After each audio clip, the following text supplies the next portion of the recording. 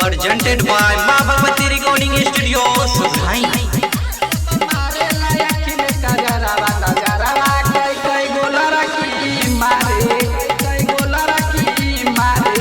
Singing by Vikas Raja. बाटे हिरौआ हमरा पलंगवा जब जब जुलपी झारे ए सखी। बाटे हिरौआ हमरा पलंगवा जब जब जुलपी झारे जब मारे लायक में गजरवा गजरवा कोई कोई गोला रखी मारे जब मारे लायक में गजरवा गजरवा कोई कोई गोला रखी मारे कोई कोई गोला रखी मारे DJ विकास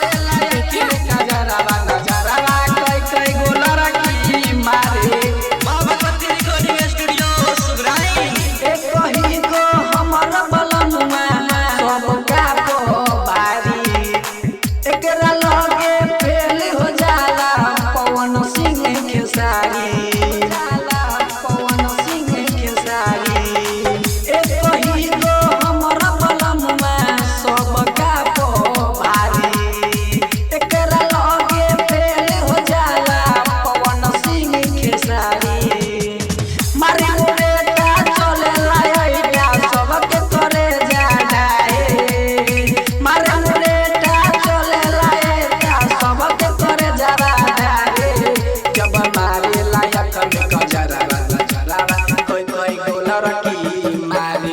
जब मारे लायक में गजरवा गजरवा कोई कोई गोला रखी मारे गजरवा कोई कोई गोला रखी मारे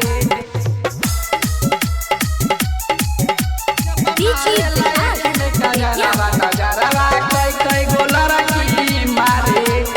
माँ भगवती रिकॉर्डिंग स्टूडियो सुधाई। राजा विकास हमर बलनुमा लागे माटे राइटर सुने न कबो हमर कवन बाते राजा विकास हमर बलनुमा बारे माटे राइटर सुजीत माने न हमर कवन बाते राधे रमन बत करेला तंगया के छतिया से छतिया साथे राधे रमन बत करेला तंगया के छतिया से छतिया साथे जब मारे लायक में गजरवा गजरवा कोई कोई गोला रखी मारे जब मारे लायक में गजरवा गजरवा कोई कोई गोला रखी मारे कोई कोई गोला रखी मारे गोला रखी मारे